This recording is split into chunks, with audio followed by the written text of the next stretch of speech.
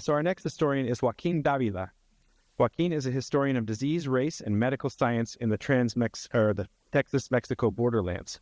He is currently a senior undergraduate student and Mellon Scholar at the University of Houston and will be applying for graduate school this fall semester. He is now developing a research project that explores the politics of disease, disease containment, and race in the Texas-Mexico borderlands that centers on epidemic diseases. Joaquín has focused his academic work on the history of typhus, yellow fever, smallpox, and international treaties to control them at the Rio Grande boundary. His talk today is sponsored by Texas Tech University Department of History, and it is entitled Disease in the Making of the Border and the Mexican Race, the Typhus Quarantine of 1916-1917 on the Texas-Mexico borderlands. Please welcome Joaquín Dávila. Thanks, Sir Acceptors.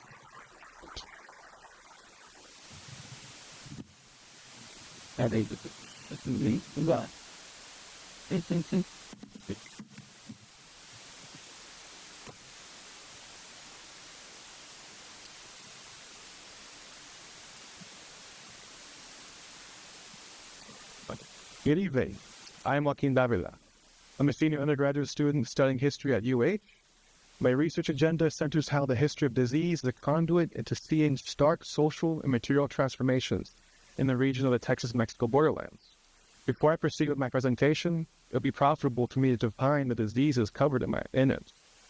Epidemic typhus fever is an acute febrile illness that's propagated by human-to-human communication of the body louse. While marine typhus, called in this presentation by its historical terms, Texas fever and Rio Grande fever, is a benign febrile illness that is mediated to humans from the fleas of reservoir populations of rodents.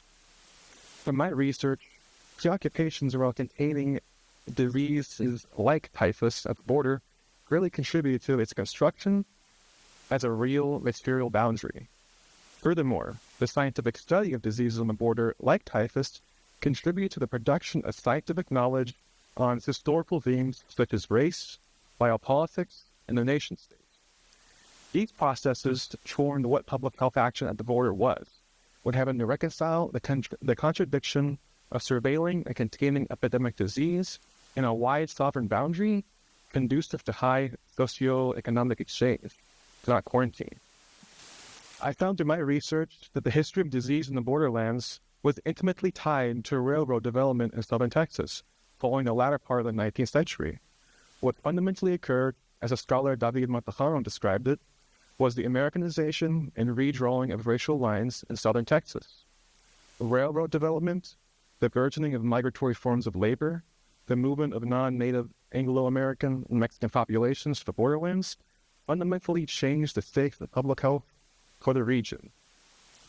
Health became an integral feature of not just military necessity, but for the progress of international economic trade. Indeed, stability in the region during this period meant the surveillance and control of the health of the land, immigrant populations, and of all major avenues of travel across the border. One of the first steps taken to address the public health contradiction of the border was in 1889, when the annual promulgation of border quarantine by the governor of Texas began. However, for the early history of typhus borderlands, this translated into intense study. In 1892, a disease which bore no resemblance to anything recorded in the available medical literature became an unavoidable nuisance at Fort Clark, an army base in the Del Rio area. There, a disease known to local physicians as Texas fever infected 40 enlisted men. Characterized as a mixture of symptoms from typhoid and malaria, Texas fever responded to none of the traditionally used therapeutics to counteract these diseases, and seemed to follow old miastic models of disease propagation, or in other words, they followed ill-smelling clouds of gases. The epidemic experience of 1892 prompted years of diligent research on Texas fever from El Paso to Brownsville by the United States Army, after which the Army's Texas fever expert, or one of them, Lieutenant McCauley, created a somewhat clear picture of what the fever's medical trends followed. To him, Texas fever was a result of the, quote, peculiar conditions of this region, acting on enlisted men from the north who had not had their tissues educated up to the required resisting points by heredity nor acquired experience. This research was publicized in a landmark 1896 study on the so-called third fever of the South, Texas fever. Published by the prestigious American Medical Association, this study was a culmination of scientific knowledge on cases of illnesses described as Texas fever and Rio Grande fever. However, its author, Dr. Woodson, would base his study substantially on former interpretations of the disease. This medical discourse, however, had a racialized corollary. Reports from Army physicians after 1893 characterized Texas fever in very explicit racial terms. As an Army physician surmised in an epidemiological survey of Texas fever cases, the characterization of the fever hardly affected native populations was found in the so-called fact that, quote, Mexicans, Indians, and others who were accustomed to filth, as well as imperfect and poor sanitation, gained an acquired immunity to Texas fever. These developments would take on a new meaning when typhus affected the borderlands once more.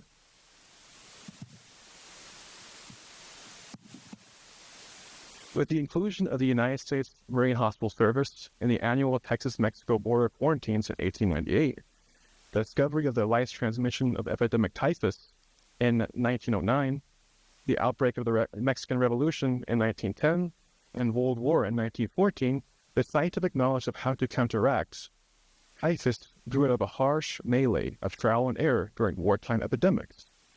In their conclusion, medical studies from the European side found that kerosene was the best agent to kill body and hair lice. Furthermore, with large surges of troops and refugee movements in the central plateau of Mexico, major outbreaks of epidemic typhus occurred region-wide, finding its high point in 1915.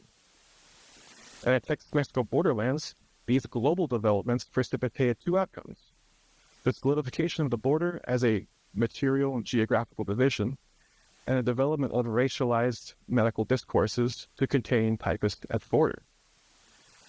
Through the development of the border quarantine of 1916-17, plans for the delousing and disinfection of Mexicans crossing the Texas-Mexico border would be constructed in the major urban centers from Laredo to El Paso, even stretching out to major railroads connecting Texas to parts of Arizona and Southern California.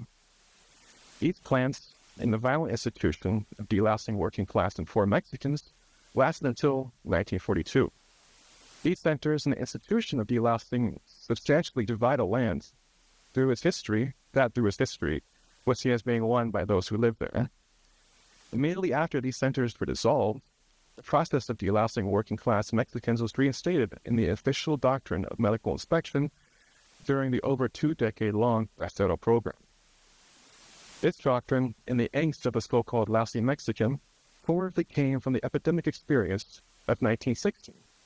As the sociologist Emory Bogardus described it in his 1934 study of Mexicans in the United States, the association of Mexicans with spreading disease became a, quote, relatively primitive form of racial antipathy in the early 20th century.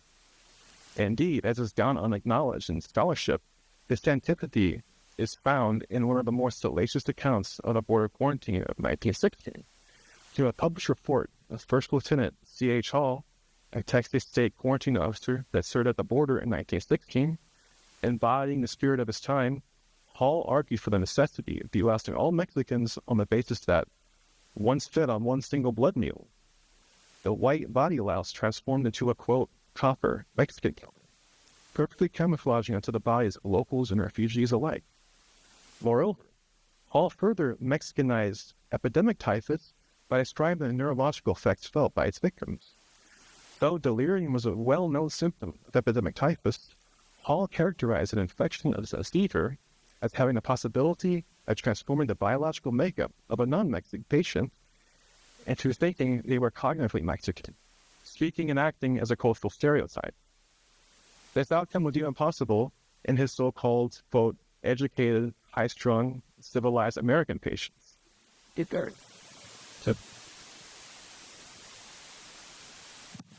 As has also gone unnoticed by other scholars, marine typhus was integral to the scientific developments of this border quarantine.